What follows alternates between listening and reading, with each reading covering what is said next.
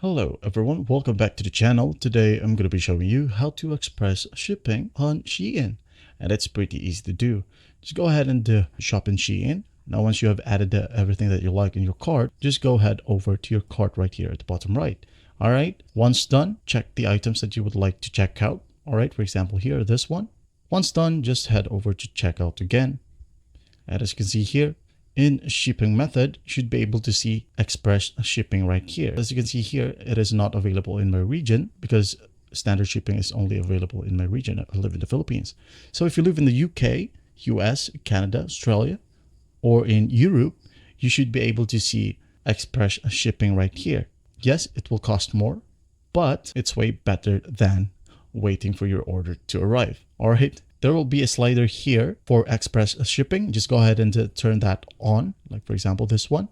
Then head over to payment method to select your payment method. It could be cash on delivery, wire transfer, credit or debit card, PayPal, and more. All right. And once you're done, just go ahead and hit on continue and you're good to go. And that's basically how you do it. Well, I hope this video helps and I'll see you in the next one.